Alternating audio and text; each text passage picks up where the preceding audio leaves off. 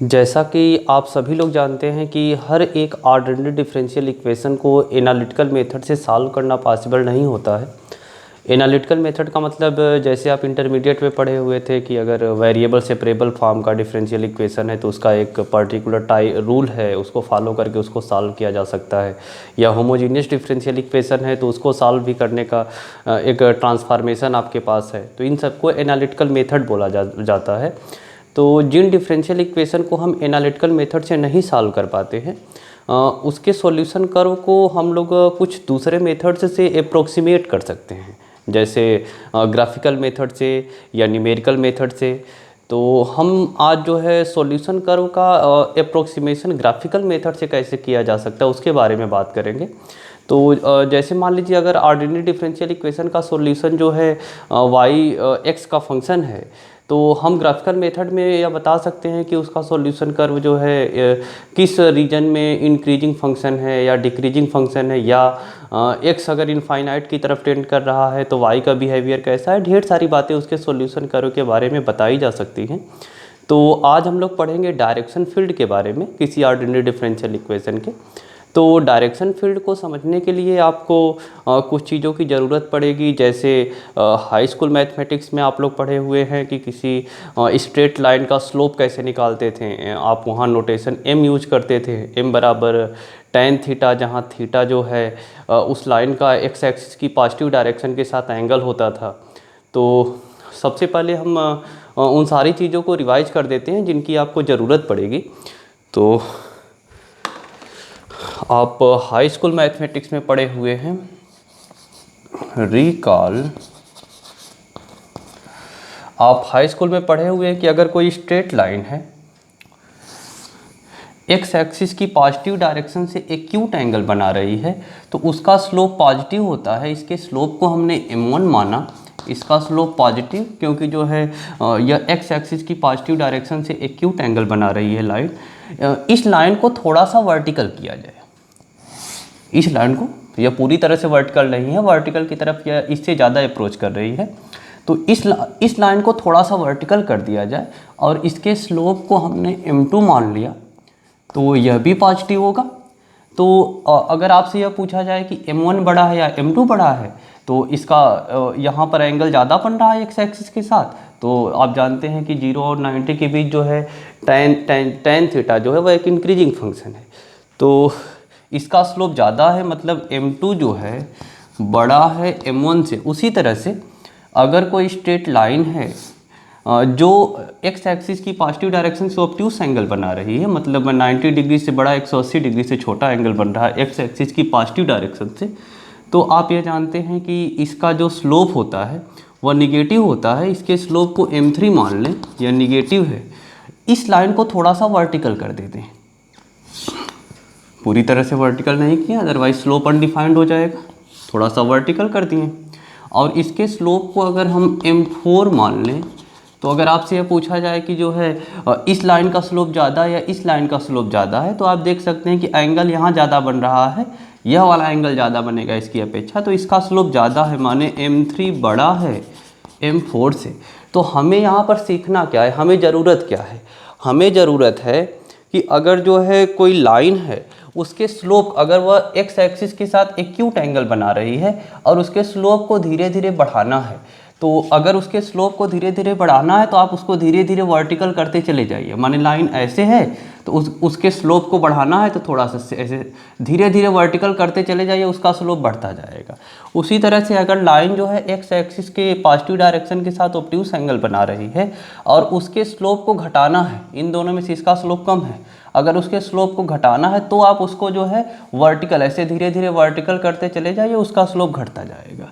और फिर आप एक चीज़ और इंटरमीडिएट में पढ़े हुए हैं कि डेरिवेटिव का आप जो है ज्योमेट्रिकल मीनिंग जानते हैं कि D Y D X at a particular point equal to slope of tangent of y equal to F of X, Y को एक्स का फंक्शन मान रहे हैं, at point A P. A B point पर जो फंक्शन का graph होगा उसके टेंजेंट का स्लोप जो है डी बाई डी एक्स होता है, ये आप इंटरमीडिएट में पढ़े हुए हैं। तो इन दोनों चीज़ों की हमें ज़रूरत पड़ेगी स्लोप फील्ड या डायरेक्शन फील्ड को डिफाइन करने के लिए। तो डायरेक्शन फील्ड को डिफाइन किया जाए। डायरेक्शन फील्ड को डिफाइन करने के लिए एक और चीज़ की हमें ज़रूरत पड़ेगी, लीनियर एलिमेंट। तो आपको पहले बता देते हैं लीनियर एलिमेंट क्या होता है। मान लीजिए किसी डिफरेंशियल इक्वेशन का यह सॉल्यूशन कर्व है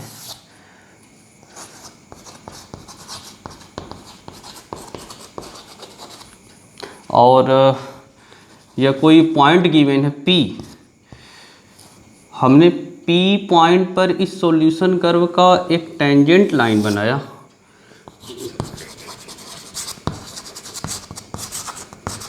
टेंजेंट लाइन, तो जो यह इस पॉइंट पर जो टेंजेंट लाइन का एक छोटा सा पार्ट लेना है।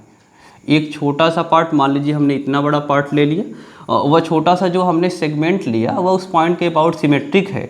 सिमेट्रिक इस सेंस में बोल रहे हैं कि जितनी दूरी ऊपर गए उतनी ही दूरी नीचे गए, दोनों तरफ बराबर दूरी पे।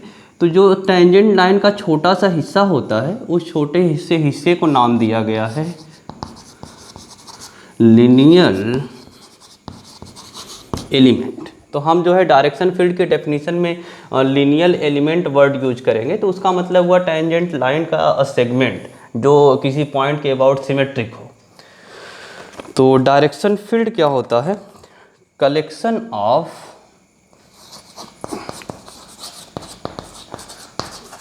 Of linear elements at each xy with slope। Linear element का स्लोप माने टेंजेंट लाइन का स्लोप, क्योंकि इतनी छोटी लाइन का जो स्लोप होगा उसको दोनों तरफ बढ़ा देंगे, स्लोप नहीं चेंज होगा क्योंकि एंगल चेंज नहीं होगा। With slope F X Y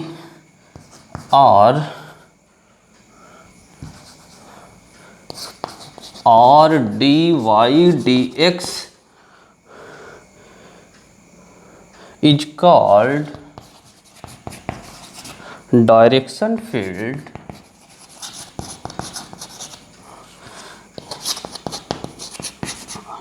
और स्लोप फील्ड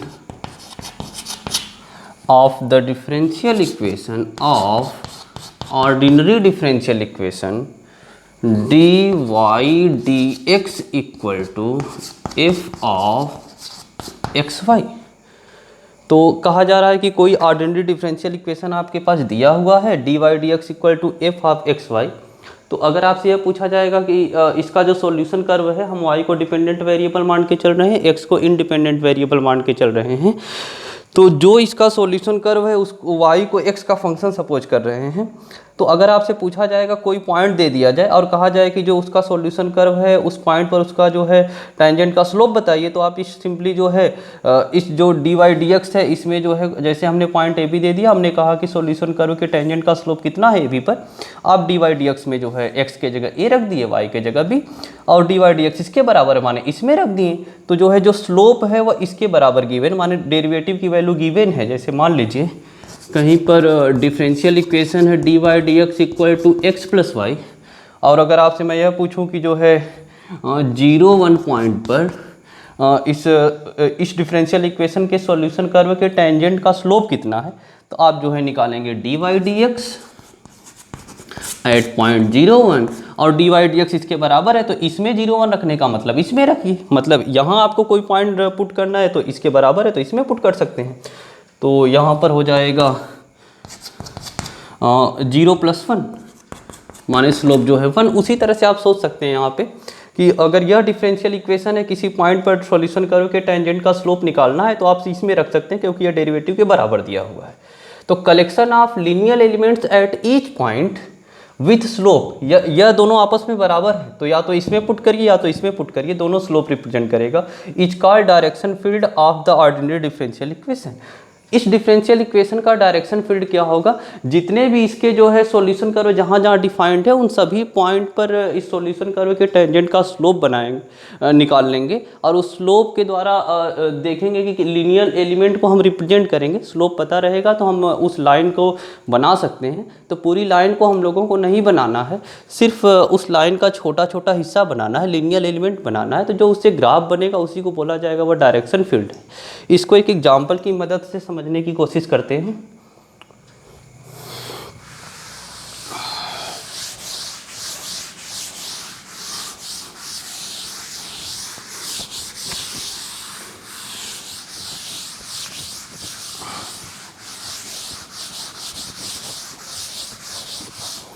फॉर एग्जाम्पल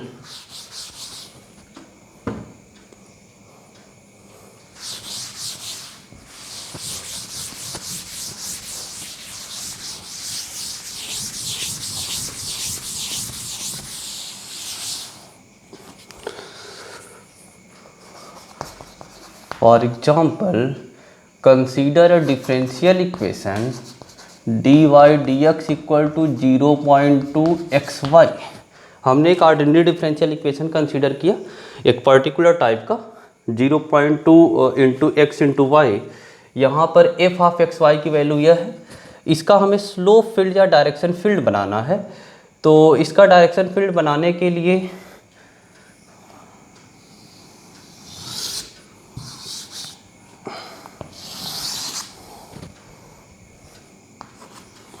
मान लिया यह एक्स एक्सिस है, यह वाई एक्सिस है। सॉल्यूशन कर्व जो इसका होगा वाई को एक्स का फंक्शन मान लिया, Y dependent variable, X independent variable. तो कुछ पॉइंट पर जो है हम जो है टेंजेंट के स्लोप को निकालने की कोशिश करते हैं। जैसे एक्स एक्सिस के किसी पॉइंट पर eight any point on x axis के किसी पॉइंट पर यह एफ ऑफ एक्स वाई है। तो एक्स एक्सिस का कोई भी पॉइंट लेंगे तो वाई की वैल्यू 0, एक्स एक्सिस के किसी पॉइंट पर वाई की वैल्यू 0, और जब वाई की वैल्यू 0 तो इसमें एक्स एक्सिस का कोई भी पॉइंट रखेंगे तो यह हमेशा 0 बनेगा। तो यह हमेशा 0 बनेगा, मतलब जो है जो स्लोप है वो हमेशा 0 बनेगा। तो एक्स एक्सिस के किसी पॉइंट के लिए स्लोप इक्वल टू 0। तो स्लोप किसका स्लोप, सॉल्यूशन कर्व के टेंजेंट का स्लोप, शॉर्ट में स्लोप लिख दिया। तो आप यह जानते हैं कि अगर किसी लाइन का स्लोप 0 है तो इसका मतलब वो लाइन एक्स एक्सिस के पैरेलल रही होगी। जिस लाइन का स्लोप 0 वो लाइन एक्स एक्सिस के पैरेलल होती है। तो अगर जो एक्स एक्सिस के हर एक पॉइंट पर जो है एफ ऑफ एक्स वाई या डी वाई डी एक्स का मान 0 बनेगा, तो कहीं पर भी आप टेंजेंट लाइन बनाएंगे तो वह एक्स एक्सिस के पैरेलल, मतलब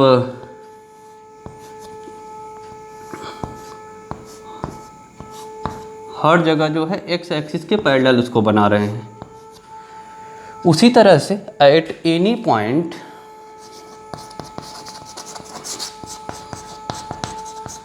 ऑन वाई एक्सिस के किसी पॉइंट पर x की वैल्यू 0 होती है। तो जब x की जगह 0 रखेंगे, y कुछ भी रखेंगे तो हमेशा फिर यह 0 बनेगा। तो फिर से स्लोप 0 हो गया। मतलब y एक्सिस के किसी पॉइंट पर अगर आप जो है सॉल्यूशन कर्व का टेंजेंट बनाएं तो वह हमेशा x एक्सिस के पैरेलल होगा। तो कुछ पर्टिकुलर बना देते हैं, हम एरो लगा रहे हैं, ऐसा नहीं कि एरो लगाना ज़रूरी है।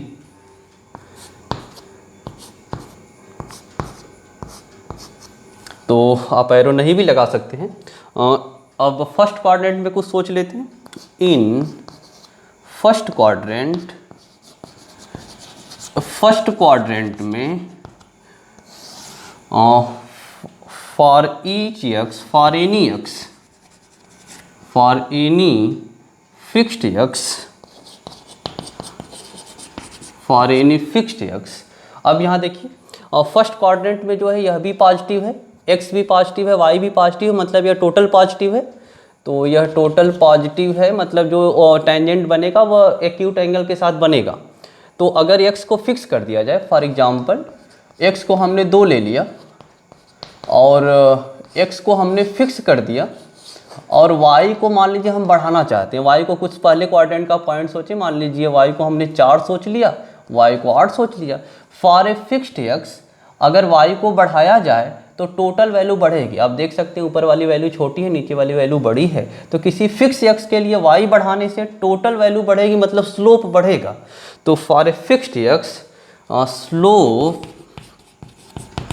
इंक्रीजेज एज y इंक्रीजेज, माने y को बढ़ाने पर स्लोप बढ़ेगा। तो कोई फिक्स्ड एक्स ले लिया, किसी फिक्स्ड एक्स के लिए मान लीजिए हमने एक्यूट बनाना है, क्योंकि टोटल जो है पॉजिटिव माने स्लोप पॉजिटिव है, माने एंगल जो है एक्स एक्सिस के साथ उस लाइन का एक्यूट ही बनेगा। तो मान लीजिए हमने यहाँ पर स्लो स्ट्रेट लाइन ऐसे बनाया, तो जब इसके ऊपर थोड़ा सा जाएंगे, ऊपर जाने का मतलब है कि y को बढ़ाएंगे, तो y बढ़ाने से टोटल वैल्यू बढ़ेगी। तो वैल्यू स्लोप बढ़ाना है इसका, तो धीरे धीरे इसको वर्टिकल करते चले जाइए, स्लोप बढ़ता जाएगा। इसको इससे थोड़ा सा वर्टिकल कर लिया, ऊपर गए इससे थोड़ा सा वर्टिकल कर लिया, ऊपर गए थोड़ा सा और वर्टिकल कर लिया।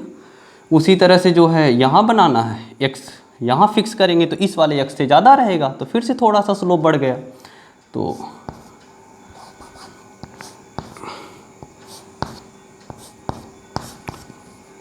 उसी तरह से हम जो है और भी आप बना सकते हैं आगे। सेकेंड क्वाड्रेंट में कुछ सोच लिया जाए कि क्या होने वाला उसका behaviour. In second quadrant second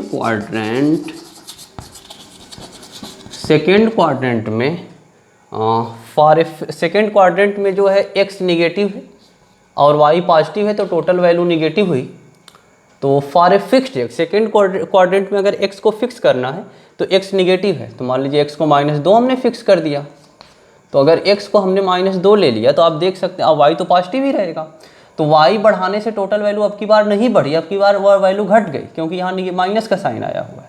तो for a fixed x total value जो है डिक्रीज करेगी जैसे जैसे y बढ़ाते जाएंगे, क्योंकि यहाँ एक माइनस आया हुआ है। For a fixed X slope decreases as y increases. तो आप स्लोप जो है टोटल वैल्यू निगेटिव है, मतलब किसी भी पॉइंट के लिए सेकेंड क्वाड्रेंट के स्लोप निगेटिव है, तो आप ऑब्ट्यूस एंगल के साथ बनाएंगे। तो जैसे जैसे y बढ़ रहा है स्लोप को घटाना है, और जो लाइन रहेगी वह ऑब्ट्यूस एंगल बनाएगी, मतलब फिर से लाइन को वर्टिकल करना है। तो किसी फिक्स्ड एक्स के लिए हमने यहाँ पर एक लाइन बनाया, टेंजेंट लाइन। तो जब अब ऊपर जाने का मतलब y बढ़ाना है और इसका स्लोप निगेटिव है, y बढ़ाना है। तो जैसे जैसे y बढ़ाएंगे टोटल वैल्यू कम होगी, स्लोप कम करना है, तो इसको धीरे धीरे वर्टिकल करते चले जाइए। हल्का सा वर्टिकल किया, ऊपर गए, फिर हल्का सा वर्टिकल किया,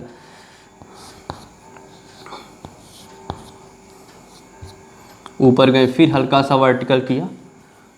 उसी तरह से इस वाले पार्ट में तो आप इस तरह से इसके जो है इसी तरह से थर्ड और फोर्थ क्वाड्रेंट में आप बना सकते हैं। तो यह जो है इस डिफरेंशियल इक्वेशन का डायरेक्शन फील्ड है। आप जो है यहाँ पर बना सकते हैं, ढेर सारे ऐसे सेगमेंट बना सकते हैं। तो आप जो है सॉल्यूशन कर्व का कुछ बिहेवियर ऐसा देखेंगे बनाने के बाद कि जैसे हमने आपको कोई पॉइंट दे दिया कि यहाँ से जो उस डिफरेंशियल इक्वेशन का सॉल्यूशन कर्व पास कर रहा होगा वह कैसा दिखेगा। तो आप कुछ अंदाज़ा लगा सकते हैं कि सॉल्यूशन कर्व जो है हर एक जो लीनियर एलिमेंट को टच करते टेंजेंट होगा, उसको टच करते हुए जाएगा। तो कुछ ऐसा सॉल्यूशन कर्व आप दिखा सकते हैं। कुछ इसी तरह का सॉल्यूशन कर्व दिखेगा। यहाँ से जो सॉल्यूशन कर्व पास करेगा कुछ ऐसा दिखेगा। तो इस तरह से हम लोग सॉल्यूशन कर्व का नेचर बता सकते हैं डायरेक्शन फील्ड को बनाकर। आप जो है थर्ड और फोर्थ क्वाड्रेंट में भी इसी तरह से छोटे छोटे पार्ट बना सकते हैं।